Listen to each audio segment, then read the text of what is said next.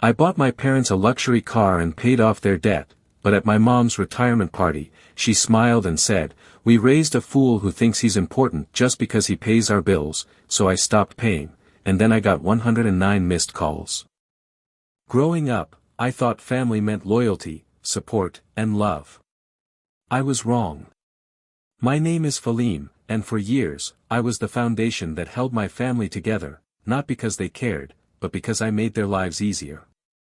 I was the son who always said yes.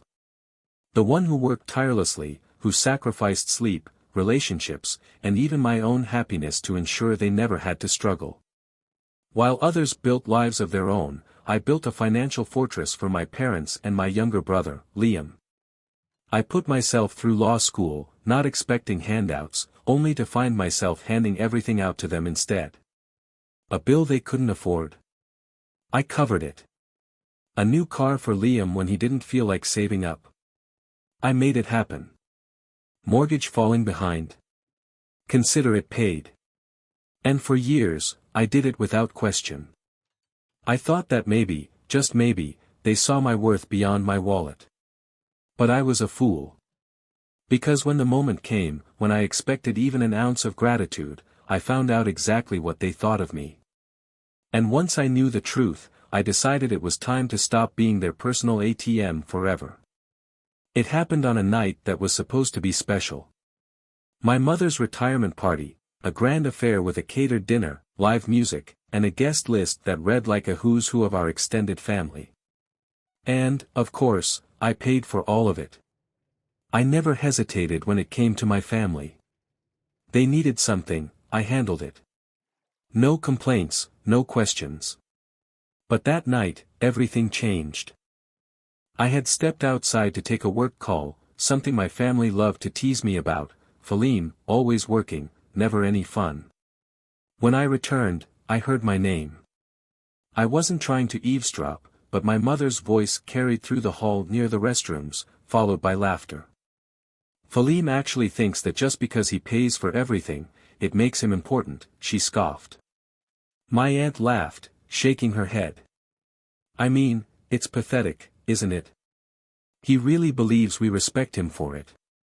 And then my father, the man whose bills I had paid without question, chuckled and said, "Well, at least he's useful. He brings in the money, and we never have to lift a finger." I stood frozen. A fool. That's all I was to them. Not a son. Not family. Just a bank account in human form. Every sacrifice I had made, every late night I spent working to make sure they never felt financial stress, it wasn't love they had for me, it was convenience. And worst of all, they didn't even bother hiding it. I felt something inside me crack, a deep, ugly realization sinking into my bones. My whole life, I thought that if I gave enough, if I proved my worth through sacrifice, they would see me. Appreciate me. Love me. But I was wrong. I wasn't family. I was a resource. And now that I knew the truth, they were about to find out exactly what happened when the resource finally ran dry. I turned on my heel, walked back into the banquet hall, and without a second thought, opened my banking app. If I was just their money, then let's see how they fared without it. The moment I walked back into that banquet hall, I knew I was done. The weight I had carried for years, the expectation, the responsibility, the endless cycle of giving, was suddenly unbearable. But this time, I wasn't going to just swallow it. This time, I was going to let it go. I reached my table, pulled out my phone, and scrolled straight to my banking app. My hands were steady, my mind clear. Every automatic payment linked to their accounts, the mortgage, the utilities, the car, even the ridiculous golf club membership my father insisted was a necessity, I cancelled them all. One by one, with the simple tap of a button, I shut off the lifeline they had been draining for years. "What are you doing?" my sister, Maeve, asked, her voice edged with irritation, not concern. I slipped my phone back into my pocket and met her gaze, my expression unreadable.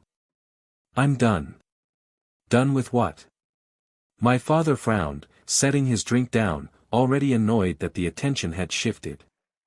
With all of it, I said evenly. Paying. Providing. Cleaning up your messes. Being your fool. The mood at the table shifted instantly. The casual, smug smiles disappeared, replaced with confusion, then irritation, and finally, something closer to fear. Falim, don't be ridiculous, my mother said, her voice carrying the same dismissive tone she had always used when I did something she didn't approve of. This isn't a game. No, it's not, I agreed, leaning back in my chair. And yet, you all treated me like a joke. I heard you outside. The color drained from her face. I let the silence settle between us, let them sit in their own discomfort the way I had sat in mine for years. Then I stood, buttoned my jacket, and exhaled slowly. Let's see how important I really was to you, I said. Let's see how you manage without the fool. And with that, I turned and walked out, leaving them staring after me, their world unraveling before they even realized what was happening. The first 2 days after I walked out of that banquet hall were blissfully quiet. No calls. No texts. No guilt-tripping messages disguised as concern.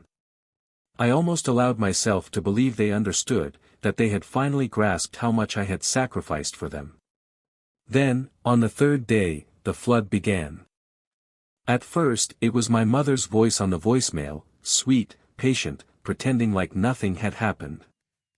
Falim, darling, I think there's been a misunderstanding. We need to talk. You can't just disappear like this. Then, my father. Son, this is getting ridiculous. Call us back. We need to straighten this out. By the end of the week, I had over 30 missed calls. When they realized I wasn't going to answer, the messages started shifting. The concern faded, replaced with irritation, then outright anger. You're acting like a child, Maeve snapped in a text. We've always taken care of you, and now you're throwing a tantrum because of one little comment. Grow up. That was the moment I saw red. Taken care of me? I had been paying their bills since I landed my first job. I had put off vacations, relationships, my own damn life, just to make sure they never had to struggle. And now that I had drawn a boundary, I was suddenly the selfish one. I clenched my jaw so hard it ached. The hypocrisy, the entitlement, it was suffocating. Then came the real kicker. Falim, my mother's next message read, the electricity bill is overdue. Can you handle it today? That was it. No apology. No acknowledgement of what they had done. Just an expectation, like always, that I would step in and fix it. My fingers hovered over the screen, itching to type out a response, something sharp, something cruel, something that would finally make them understand. But then I stopped. They wanted a reaction. They wanted me to engage, to argue, to prove that I still cared. So, I didn't reply. Instead, I let them sit in the mess they had made. And for the first time in my life, I let myself feel the satisfaction of doing nothing. A week passed, then 2. The silence from me must have been unbearable for them because they finally changed tactics. The guilt-tripping texts faded, replaced with something else, panic. Falim, we really need to talk, my mother's message read, this time laced with desperation. Your father and I are struggling. We didn't think you'd actually abandon us like this. Abandon them? The audacity nearly made me laugh. I had been their safety net for years, bailing them out of every financial mess they stumbled into. And now, because I refused to be used any longer, I was the one who had abandoned them. Then came the phone call from my father. I let it go to voicemail, but curiosity got the better of me. His voice was rough, controlled, but there was an edge to it I had never heard before, uncertainty. Falim, he sighed, like this was exhausting for him. Listen, we're in a bad spot. Your mother is stressed, and Maeve, well, she's not doing great either. You know we love you, but we need you to step up here. The mortgage is overdue, the car payment is past due, and the credit card bills are piling up. We thought you'd come to your senses by now. Come to my senses. That's when I realized, they weren't worried about me. They weren't calling because they missed me or because they regretted what they had said. No, they were calling because, for the first time in their lives, they were dealing with consequences. I took a slow breath, then hit delete on the voicemail. Then, as if the universe was trying to hand me poetic justice on a silver platter, I got another message, this time from my sister, Maeve. You really did it this time, Falim. Mom and Dad are selling the house. I hope you're happy. I stared at the screen, waiting for some kind of reaction to hit me. But all I felt was a cold, unwavering sense of satisfaction. I wasn't happy, not exactly. But for the first time, I wasn't their fool anymore. It had been months since I made my decision, months since I cut them off completely. The calls had slowed, the guilt trips tapered off, and yet, I couldn't help but feel a subtle shift within me, a sense of peace I hadn't experienced in years. For the first time, I was free from the weight of their expectations, from the constant pull to be their savior. But the real vindication came when I saw their lives unravel. One afternoon, I ran into an old colleague, someone I hadn't spoken to in a while. He gave me an odd look before saying, "Hey, Falim. You know your family's been making a scene, right?" Confused, I raised an eyebrow. What do you mean? He hesitated for a moment before continuing, they've been telling everyone you're selfish, that you've abandoned them in their time of need. He paused. But everyone knows the truth. We all know who really carried them for all those years. Your dad was always the first to talk about you like you were just their cash cow. But when it came time to return the favor, where were they? It was like a wave of cold satisfaction hit me. I'd seen their manipulation for years, but hearing it from someone on the outside made it clear, they weren't fooling anyone.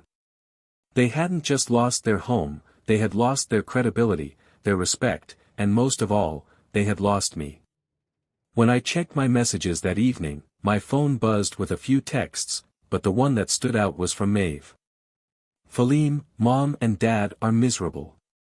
They can't stop talking about how they've lost you. I smiled. They were finally feeling the weight of their own actions. They'd treated me as nothing more than a tool for so long, and now, with nothing left to take from me, they were finally realizing what they had lost. I wasn't their fool anymore. And the best part? They knew it. I'd gotten used to the silence. After months of ignoring calls and blocking messages, I began to feel a strange sense of liberation. It was as if I'd pulled myself out of the pit I'd spent my whole life crawling through, and finally, I was breathing fresh air. The day-to-day manipulation, guilt, and resentment had all faded into the background, and I was living for myself for the first time. But then came the unexpected knock. I was at my desk, reviewing a client contract, when the door to my office swung open, and there they were, my mother, father, and Maeve, standing in the doorway like a silent storm. The look on my mother's face was a mix of desperation and shame, something I hadn't seen in years. She stepped forward, and before I could say a word, she spoke, her voice trembling. Falim, we've made a mistake. We're sorry for everything. Please, just come back. We need you. I stayed silent, leaning back in my chair, watching them squirm. It was almost laughable, the sudden turn of events. All those years I had sacrificed everything for them, and now they were the ones crawling back. But this time, I wasn't giving in. I wasn't going to be the fool anymore. What do you need this time?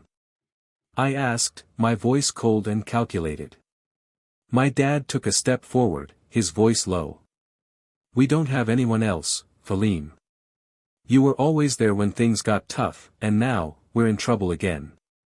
I exhaled slowly. No one else. My mind flashed back to all the times they'd chosen Jason over me, discarded me like I was an afterthought. Let me make this clear, I said, standing up. I'm done. You had your chance. You burned it. They stood there, caught between guilt and shame, realizing that no matter how much they begged, I wasn't their savior anymore. For the first time in my life, I felt the true power of choice. It was mine now, and it felt damn good. The silence hung thick in the air, and I could feel the weight of their desperation pressing in on me. I'd been expecting it, the phone calls, the guilt trips, the messages that seemed to crawl out of the woodwork like a creeping vine trying to reclaim what it had lost. But nothing prepared me for this. Nothing prepared me for the moment they showed up at my office, uninvited, their faces etched with a mixture of guilt and pride, hoping I'd listen. It started with my mom. Her voice, soft and pleading, filled the room, but there was no warmth in it anymore, just the sharp edge of something that I couldn't quite place. She was asking for help, her eyes darting around like she was scanning for an escape if things went sideways. My father remained quiet, his stiff posture betraying the frustration he couldn't hide. And Maeve, she was the wild card, the one who had always played the innocent victim. They tried to paint it like they were helpless. They claimed they didn't know how they had gotten so deep into debt, how they'd gotten themselves trapped in a web of their own making. And then the final line. We just need a little help, Falim. Just a little. The tension was thick enough to choke on, but I stayed calm, my mind racing. They were trying to turn this around, trying to pull the wool over my eyes, pretending like they didn't see this coming. My heart was pounding with a mix of rage and vindication. I was done being the one to pick up the pieces. But I wasn't going to give them a quick answer. No. This was about justice. I've already helped you enough, I said, my voice sharp. I've been the safety net, the fool you could always rely on. But now? Now, it's your turn to deal with the consequences of your actions. You don't get to play the victim when I've been the one holding everything together.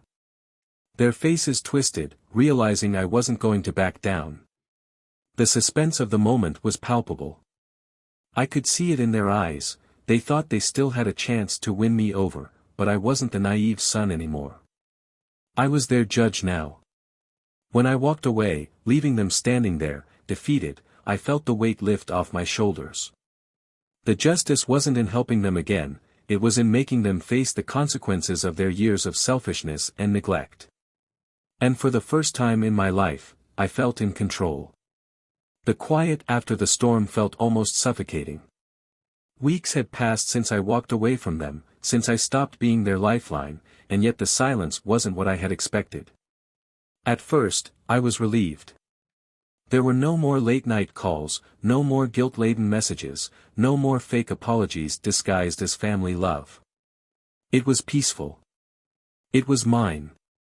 But as time went on, that silence began to gnaw at me, making me question everything. Had I made the right choice? Had I let them down too harshly? The guilt, though I tried to fight it, lingered at the edges of my mind. I kept telling myself I was justified, that they needed to feel what I had felt for all those years, that they had taken me for granted. But still, the thought of my family drowning in their own mess made me uneasy. I knew I had taken a drastic step, but was it the right one? Then, the unexpected call came. It wasn't from them, but from someone who still cared, someone who had never been part of the manipulation. Maeve. The message was simple, but it hit me like a gut punch. They're in trouble, Falim. They're not the same without you. And just like that, I felt the tide turn again. The power I had seized from them was slipping, and I wasn't sure how to stop it. But the truth was, I didn't have to. Not anymore. I wasn't that scared boy who couldn't say no. I was the one holding all the cards, the one who had the right to decide what justice looked like. I made up my mind. It wasn't about helping them, it was about what I deserved now. I had always been the one to put everyone else first, even when it meant losing myself in the process. I had been their savior, fixing their problems, paying their bills, putting in endless hours at my job just to cover the costs of their mistakes. For years, I believed I had no other choice. Family was everything, right? They counted on me. But now, standing at the crossroads, I could see the truth. I had been their lifeline, and they had suffocated me in return. When I finally cut ties with them, it felt like the weight of the world had been lifted from my shoulders. It wasn't just the bills I had stopped paying, it was the constant emotional drain, the expectations, the manipulation. I had spent so long trying to be the person they wanted me to be, always dependable, always giving, that I forgot who I was underneath it all. But now, for the first time in years, I had space to breathe. I had control. I could choose what I did with my life, not for them, but for me. The power I had over my own future was intoxicating. I didn't have to ask for permission anymore, didn't have to explain myself. I wasn't bound by anyone's expectations or approval. The liberation of it all was overwhelming. I could feel myself coming back to life in ways I hadn't even realized I'd been missing. I didn't need them. I didn't need their praise or their approval. I had something far more precious, freedom. And for the first time, I wasn't just surviving, I was thriving. It was empowering, knowing that I had walked away from their manipulation, and in doing so, had claimed my life back. No one was going to control me anymore, especially not them. Months passed, and the silence was almost deafening. After I cut them off, I expected a flood of apologies, regret, maybe even a desperate attempt to mend things. But instead, the air was thick with their absence. It wasn't that I missed them, far from it, but the tension of their unrelenting presence in my life had been replaced by an eerie calm. It was almost unsettling at times. I found myself questioning if I had done the right thing. Had I been too harsh? Was there a chance for reconciliation, or was this really the end of a relationship I had spent my whole life trying to salvage? Then, out of nowhere, came a message that threw everything I thought I knew into chaos. It wasn't from my parents, not directly anyway. It was from Kelly, my cousin's wife. I barely knew her, but somehow she had become a lifeline to the family in their desperate hour of need. Her message was laced with concern, almost pleading, "Ethan, I think you should know, they're falling apart. Your mom's sick, your dad's drinking too much, and Anna is spiraling." The words hit me like a punch to the gut, but there was something else buried in them, the unmistakable scent of manipulation. They weren't asking for help, they were trying to guilt me back into the fold. But as Kelly spoke, something inside me shifted. I couldn't ignore their suffering, not completely. Yet I couldn't just step back into the role they had shoved me into for so long. The old part of me, the one that cared, struggled to stay buried. I found myself at a crossroads, between empathy and the painful, bitter truth that they had only reached out because they had nothing left to give. And that's when I realized, no matter how much they hurt, no matter how sorry they seemed to be, I couldn't be the one to save them again. They had made their bed. It was their turn to lie in it. For the first time in my life, I wasn't chasing after their approval. Instead, I was finally choosing myself. And that, for me, was justice. After months of silence, the moment I had been waiting for finally arrived. My phone buzzed late one evening with a number I didn't recognize. I had no intention of answering it, but something inside me told me I needed to hear what they had to say. Hesitating, I swiped the screen. It was my mother's voice on the other end. The sound of her voice, fragile, desperate, told me everything I needed to know. She was at the end of her rope, but this time, the tone wasn't one of manipulation. It was genuine vulnerability. She wasn't begging, but she was pleading for one last chance, one last effort to make things right. "I know what we did to you, Ethan," she said, her voice cracking. "We didn't mean for any of it to go this far. I'm sorry. We're sorry." For a moment, I was silent. The years of resentment, of feeling invisible, of always being the one who was taken for granted, rushed back to me. But as I listened, something strange happened. I didn't feel anger or frustration. Instead, I felt relief. I had carried the weight of their expectations for so long, but in that one sentence, the burden was lifted. It wasn't my responsibility anymore to fix them. It was a quiet triumph, the end of a long, painful chapter. I thought of all the nights I had stayed up worrying, working myself into the ground to meet their needs, only to be dismissed when it mattered most. And now, here I was, free. Free from the manipulation, free from the guilt. I hung up the phone without a second thought, the weight on my chest gone for good.